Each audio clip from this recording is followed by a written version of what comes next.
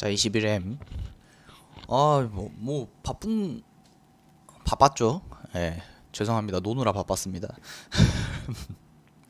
할 것도 생각이 안 나고. 근데 요새는 일이 좀 있었어요. 그러니까 나름 아니 그러니까 제가 일이 있었다는 게 아니라 비트가 반등도 하고 알트도 반등도 하고 여러 가지 일이 있어서 사실 말하려면 말할 거 되게 많았는데 네, 그렇습니다. 그렇게 됐습니다. 어, 제가 계속 이야기하고 싶었던 게 있었어요. 계속 이야기하고 싶었던 게 이제 디파이가 요새 반등을 하고 있죠. 유니스왑부터 에이브가 가장 에이브를 선두로 해가지고 디파이가 계속 살아나고 있습니다. 그래가지고 그거를 보면서 에이브, 리도,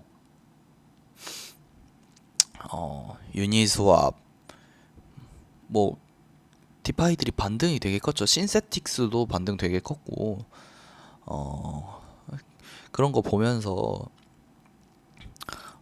이제 어, 왜 이렇게 엄청 많이 떨어지긴 했잖아요. 디파이 섹터가. 그래서 이렇게 많이 떨어진 게 어떻게 이렇게 다시 살아났지? 라고 고민을 해봤는데 이제 고민을 한 내용입니다. 이게 디파이가 살아나는 이유에 대해서 저는 이 세 가지 정도 생각을 했어요. 그러니까 이게 전부 다 이게 맞다 뭐 틀리다 그게 아니라 왜 디파이가 갑자기 이렇게 다시 오를까? 왜 그러냐면은 돈이 다 빠져나가서 디파이는 은행이거든요. 블록체인 은행인데 굉장히 어 그러니까 돈이 빠져나가면 당연히 망하고 장사가 안 돼야 되는데 다시 코인들이 오른단 말이죠. TBL도 실제로는 지금 상당히 빠진 상태인데도 불구하고 말이에요. 그래서 이게 뭔가 생각을 해봤는데 첫 번째는 이제 스트레스 테스트를 통과하고 파산 안 한 찐만 남은 거 아니냐. 이게 첫 번째 생각입니다. 이게 뭔 말이냐면 그러니까 사실 비트가 그렇게 빠지면서 파산할 놈들은 다 파산했고 실제로 그 루나랑 그런 USD 비중이 컸던 그런 쪽은 영향이 되게 컸습니다. 영향이 되게 컸고 망하진 않았어도 거의 간판만 남고 거의 망한 거나 다름없는 디파이들도 많아요. 근데 그 디파이들은 그러니까 막 1000배 막 이렇게 떨어진 거죠. 그러니까 거의 망한 거나 다름없는 우리가 알고 있는 뭐 대표적으로 그거 있잖아요. 토르체인 그런 거는 양반이에요. 진짜 소규모의 디파이들은 진짜 말도 못 합니다. 제가 옛날에 몇 개 20년, 21년도 초에 막 샀던 거, 막 100불, 1000불에 샀던 거 지금 0점 몇 불 이러거든요. 이게 말이 안 되는데 거기서는 말이 돼요. 그래서 사실 망한다고 그렇게 막 뉴스 나오고 막 뭐 셀시우스가 청산이 당했네. 그런 거는 양반입니다. 이름 없이 사라진 애들이 굉장히 많아요. 그래서 제 생각에는 첫 번째가 이제 스트레스 테스트 통과하고 얘네가 진짜 가치가 있느냐를 증명한 애들이 다시 반등을 한다는 거죠. 유니스왑, 에이브, 컴파운드, 메이커, 리도, 커브 막 이런 것들이 이제 오른다는 거죠. 그게 첫 번째. 그리고 두 번째는 이더리움이 이제 POS 전환이 임박했어요. 이제 POS 이번에 이름이 뭐였지? 방금까지 들었는데 또 까먹었네. 이번에 무슨 업데이트 하면서 이제 POS로의 전환 시기를 올해 가을 8월이나 가을쯤으로 생각을 하고 있더라고요. 저는 개인적으로는 밀릴 거라고 생각합니다.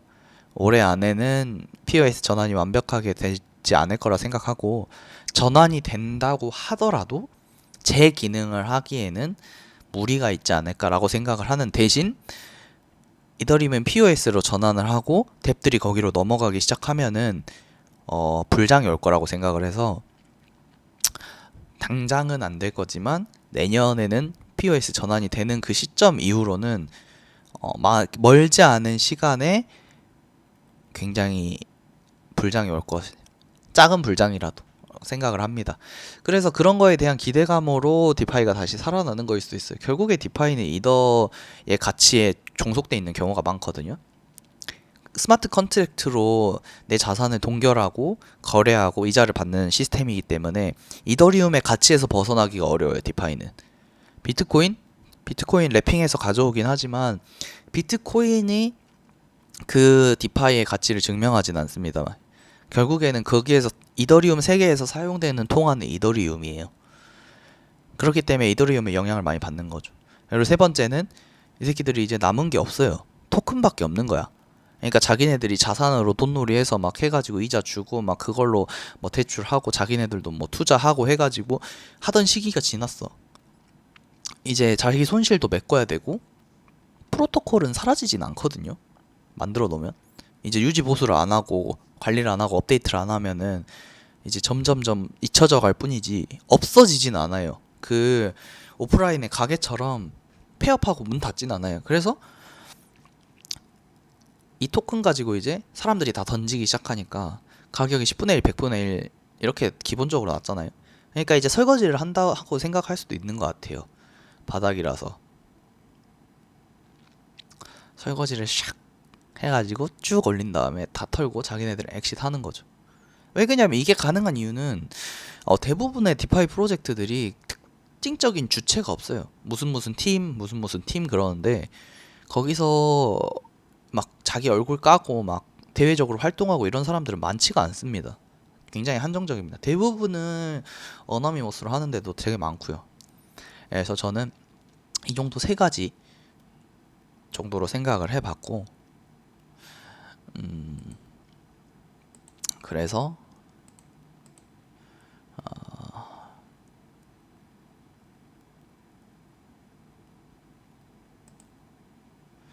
이제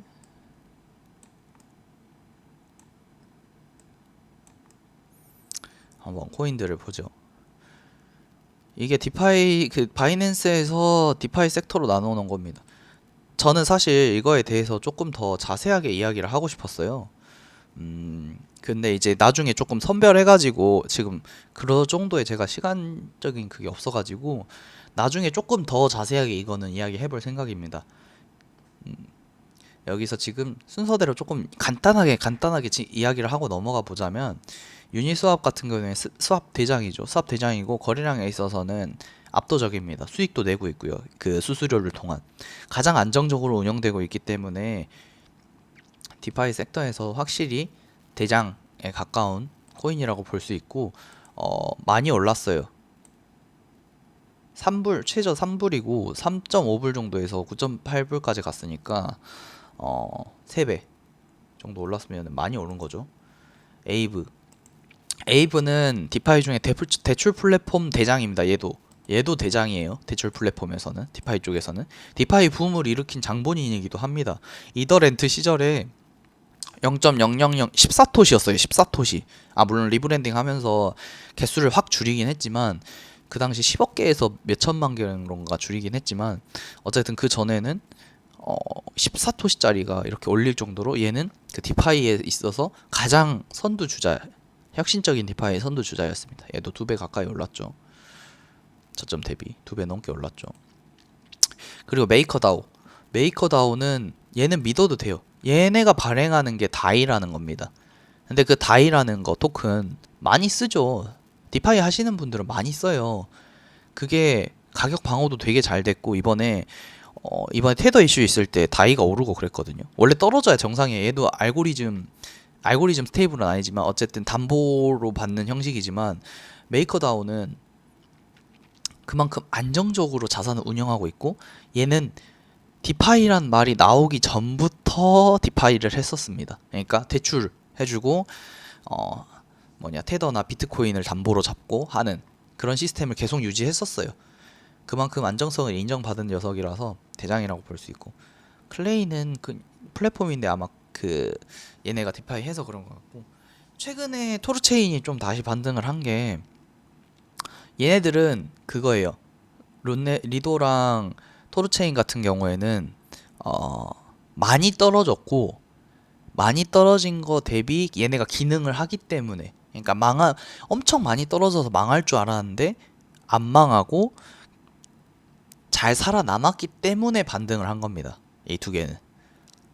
그래서 앞으로는 얘네들이 어떻게 할지, 그러니까 그만큼 어떻게 보면은 그러니까 굉장히 잘 운영을 하고 있다라고 볼 수도 있죠. 위기를 극복했으니까. 그거에 대한 이런 반등이라고 보시면 될 것 같아요. 특히 리도 같은 경우에는 많이 올랐는데 많이 떨어졌어요.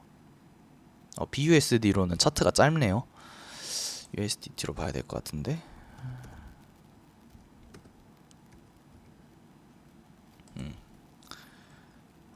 이것도 차트 왜 이렇게 짧아?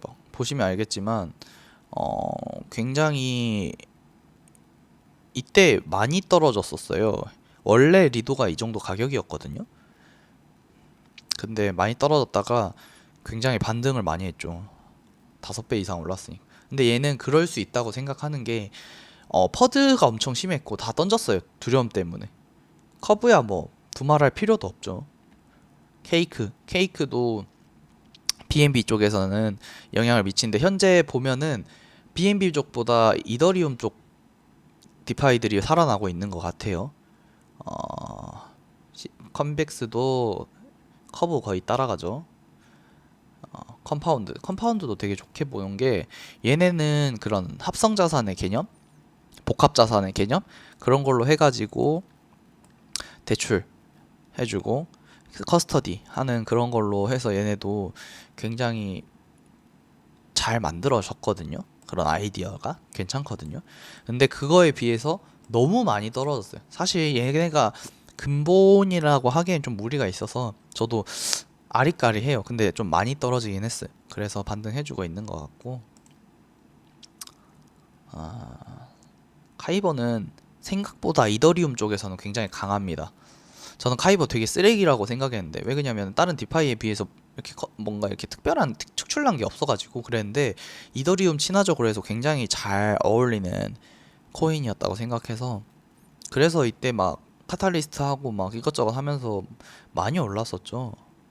그리고 많이 떨어졌고. 근데 얘는 다시 오를 여지가 분명히 있다고 생각을 합니다. 너무 많이 보면 헷갈리니까 여기까지 하고 다음에 좀 정리를 해가지고 이야기를 하죠. 여기까지 하겠습니다.